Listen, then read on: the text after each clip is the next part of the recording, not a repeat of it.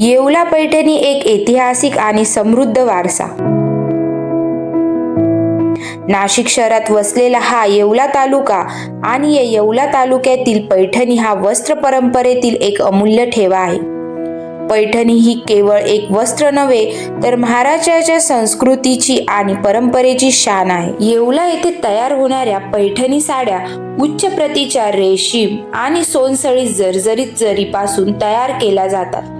यामध्ये मोर, कमळ, नारळी पट्टी, वेलबुट्टी, अष्टकोनी डिझाईन यांसारखी पारंपरिक नक्षी विणली जाते.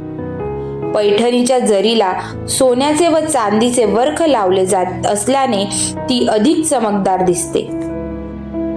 माझं नाव आहे राकेश सुरेश भांडगे. येवल्यात राहतो मी. आमचा हा पारंपरिक येवल्या वडिलांपासून आजोबांपासून आमचा हा बिझनेस आहे साडींचा. तर आम्हाला हा जो कच्चा धागा येतो हा आम्हाला बेंगलोरवरून येतो. त्यानंतर बेंगलोरवरून आल्यानंतर आम्हाला इथे तो विकत घ्यावा लागतो. त्यानंतर आम्हाला तो कलरिंग करायला पाठवावा लागतो, ड्रायसिंग करता त्याला कलर. मग त्यानंतर तो रेशीम तो आल्यानंतर त्याला उकळावं लागतं कांडी एका कोणावर. तो कोणावर घेतल्यानंतर मग आम्हाला एका कांडीवर घ्यावा लागतो. कांडीवरने घेऊन मग साडी बनवतो ना आम्ही, त्यावेळेस विविंग होते त्याची.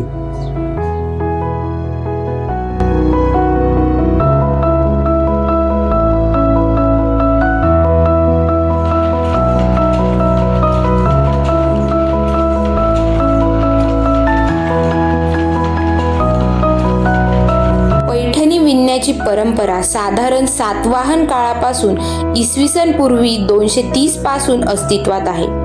पूर्वी पैठणी साड्या पैठण, संभाजीनगर येथे मोठ्या प्रमाणावर तयार केल्या जात होत्या. परंतु पुढे येवला हे ठिकाण त्याचे प्रमुख केंद्र बनले.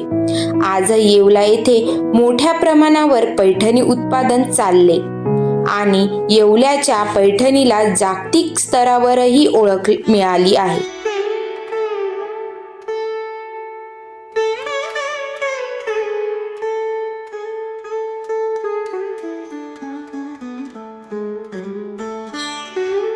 माझं नाव शांतीलाल भांडगे. मी येवल्याचा रहिवासी असून साधारणतः माझे वडील आजोबा म्हणजे आमचा हा खानदानी व्यवसाय आहे विणकामाचा. तर या ठिकाणी आम्ही जी पैठणी साडी बनवतो ती ॲक्च्युली पैठण ह्या गावावरून तिचं नाव पैठणी असं पडलेलं आहे. तर त्या पैठणीचा जो इतिहास आहे साधारणतः पेशवे कालीन, त्याच्या अगोदर सातवाहन शके, सातवाहन राजे यांच्या साधारणतः 2000 वर्षापूर्वीचा इतिहास पैठणीला आहे. तर या पैठणीच्या इतिहासामध्ये जे जे कलाकुसर किंवा इतर ज्या बाबी आहेत त्याच्यावर मी आज थोडंसं बोलणार आहे तुमच्यासमोर. तर पैठणी ही पहिले आपल्या नॅचरल कलरमध्ये म्हणजे व्हेजिटेबल किंवा वनस्पतीच्या कलरपासून तयार व्हायची. तर तिचे रंग थोडे सीमित होते. त्याच्यानंतर मग हळूहळू ते जसजसं सोनं चांदीच्या मुलामावरून त्या पैठणीची जरी तयार व्हायची आणि रेशीम हे त्या टायमाला साधारणतः आम्ही बेंगलोरवरून मागवायचो. तर अशा पद्धतीमध्ये ही पैठणी साडी बनायची. त्यानंतर हळूहळू काय झालं की सोने चांदीचे भाव वाढल्यामुळे ती पैठणी पुन्हा दुसऱ्या म्हणजे इमिटेशन जरीमध्ये बनायला लागली आणि हळूहळू राजे रजवाडे यांच्या तावडीतून सुटल्यानंतर पैठणीला खरेदी करण्याकरता किंवा ती महाग होते म्हणून तिला जवळ करण्याकरता म्हणजे कोणी असं हे नाही झालं, म्हणजे तिचं मार्केट डाऊन झालं. त्याच्यानंतर काय झालं की हळूहळू मग गव्हर्नमेंट विचार केल्यानंतर हळूहळू पैठणी कशी बनवायची किंवा कसं हे करायचं, या पैठणीला कसे चांगले दिवस येतील याबद्दल विचार सुरू झाला. आणि त्या टायमाला 1972 साली एक्झिबिशन भरलं लंडनला ऑल इंडिया हँडलूमचं. म्हणजे त्या प्रत्येक साडी इंडियामध्ये जितके साड्या बनतात ते सर्व प्रकार त्या ठिकाणी ठेवले होते. तर तिथे पण पैठणीचे व्यवसाय म्हणजे पैठणीची साडी तिथे पण ठेवली होती. तर त्यावेळेला त्यांना मोठं कुतूहल वाटलं की बा पैठणी साडी अशी बिगर म्हणजे काही मशीन न लावता हाताने खाली पेपर ठेवून तिचं ते बनावट होती. तर त्यावेळेला मग ते काही लोक इथं आल्यानंतर इथे 72 नंतर दुष्काळ पडला महाराष्ट्रामध्ये आणि नंतर सर्व जे माग होते पैठणीचे ते हळूहळू बंद पडायला लागले. मग महाराष्ट्र गव्हर्नमेंट आणि सेंट्रल गव्हर्नमेंट मिळून पुन्हा आणखी तिला ऊर्जित अवस्था आणण्याकरता मग स्टायपेंड देऊन मुलींना शिकवलं.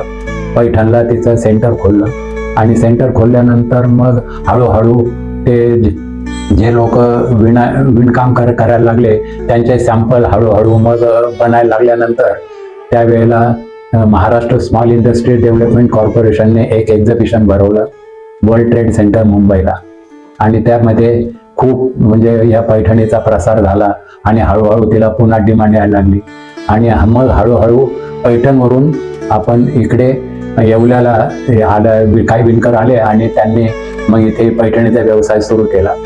तर असा करता करता मग पैठणीला खूप मागणी आली आणि हळूहळू मग इथे जे 550 लूम होते आज जवळजवळ 5000 लूम या येवल्यामध्ये आहेत.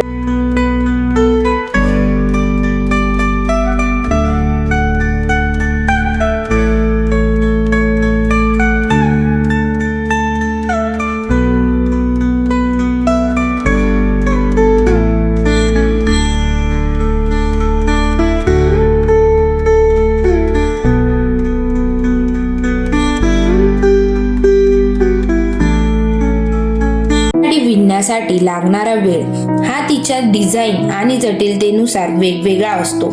एका साध्या पैठणी साडीला 15 दिवस लागतात तर जटिल डिझाईन बारीक नक्षीकाम असलेल्या साड्यांसाठी 6 महिने किंवा त्याहून अधिक कालावधी लागतो. पारंपरिक हातमागावर ही साडी विणली जाते त्यामुळे तिच्या प्रत्येक पदरामध्ये विणकराचे कष्ट आणि कौशल्य प्रतिबिंबित होते. आता पैठणीमध्ये जी ओरिजिनल पैठणी आहे ना ती खालून आणि वरून म्हणजे रॉंग साईड आणि राईट साईड दोन्हीकडे पण ती सारखीच दिसते. तिला विणायलाही खूप टाइम लागतो. परंतु आता काही विणकर जकाटवर किंवा या पैठणीची मागणी बघून काही दुसऱ्या पेठेचे विणकर पण पैठणीसारखं डिझाईन बनवायला लागले. परंतु त्यांना ते जॅकॉर्ड आणि डॉबी यूज करून ते जी पैठणीची डिझाईन दोन तासात ते बनवतात ती बनवायला आम्हाला 1 दिवस 1.5 दिवस लागतो. त्याच्यामुळे ती पैठणी लेबर मजुरीला महाग पडते आणि त्याच्यामुळं गिऱ्हाईकी तिला थोडी हे होतात. त्यामुळे जे स्वस्त आहे त्याच्याकडे गिऱ्हाईक लवकर आकृष्ट होते. माझे नाव किशोर वाल्मिक लाकारे. पैठणी साडी हा उद्योग येवल्यामध्ये रघुजी बाबांनी आणला. रघुजी बाबांनी पैठणवरून त्याचे कारागीर आणून तिथं स्टार्ट केलं काम.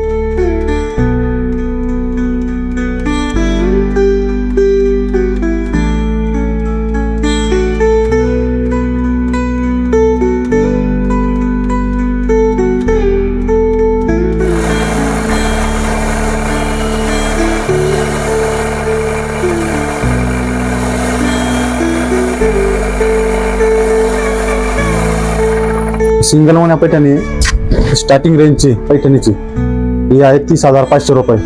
त्याचा कलर वगैरे डिझाईन वगैरे येतात भरपूर. याचा फॅन्सी पल्लू त्याचा शान पदर बांधतात.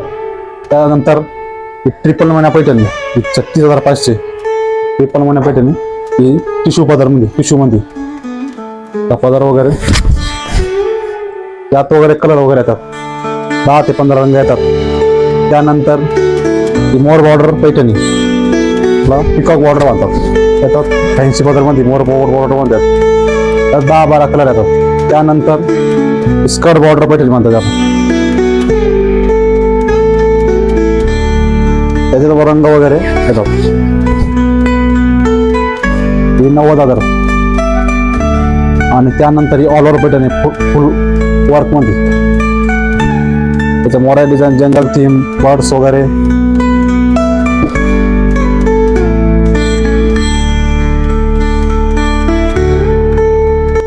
मी साधारणतः वयाच्या 15व्या वर्षापासून या विणकाम क्षेत्रामध्ये किंवा विणकामाचं काम करतो आणि मला म्हणजे त्यावेळेला ज्या वेळेला मी विणकाम करत होतो त्यावेळेला साध्या साड्या पैठणी साड्या वगैरे बनवत होतो. तर त्यावेळेला थोडंसं व्हेजिटेबल डाय आणि वनस्पती डाय आणि केमिकल डाय असं दोन्ही पण संगत चालत होतं. त्याच्यानंतर केमिकल डाय आल्यानंतर केमिकलमध्ये बरेचसे रंगसंगती आणि हे डिझाईन बनायला लागले. परंतु जसजसं समय बितत गेला किंवा समय पालटला त्यावेळेपासून ज्या गिरायकी जे निर्माण झाले तर त्यावेळेला चोखंदळ गिरायकाने म्हणजे प्रत्येकाचं आवड निवड रंगसंगती प्रत्येकाचं वेगळं होतं आणि त्याप्रमाणे मग आम्ही विणकाममध्ये त्यांना त्या आवडीचे पैठणी बनवून द्यायला लागलो. तर आता पहिल्या ज्या जुन्या डिझाईन होत्या बारोपंजा, आकुर्डी, आसवली, बांगडी मोर, लोटस ह्या सगळ्या ज्या जुन्या पुराण्या डिझाईन होत्या त्या तर चालू आहेत, पण त्याच्याबरोबर नवीन आणखीन जर काही खरेदीदार म्हणजे ज्यांना पाहिजे त्यांना आणून दिल्या काही डिझाईनी किंवा त्यांच्या आवडीनिवडीच्या पदराच्या डिझाईन तर त्या पण आम्ही आता तयार करून देऊ शकतो. आणि आता भरपूर व्हरायटीमध्ये पैठणी रंगसंगती आहे तर ती आम्ही करू शकतो. आणि आता पूर्वीपेक्षा खूप मागणी वाढलेली आहे आणि विणकरांना पण त्याचा फायदा होतो.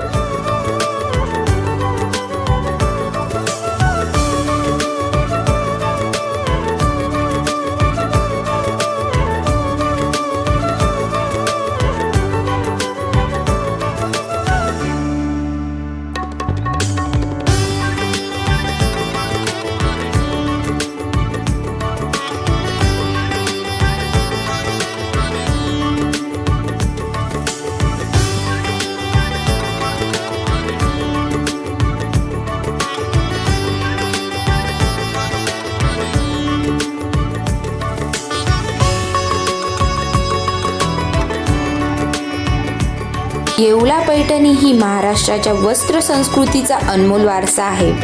काळानुसार जरी तिच्या निर्मिती प्रक्रियेत काही बदल झाला असला तरी तिची पारंपरिक ओळख आणि सौंदर्य आजही टिकून आहे. भविष्यात या कलेला अधिक प्रोत्साहन मिळावे आणि हा वारसा पिढ्यानपिढ्यांपर्यंत पोचावा हीच खरी गरज आहे.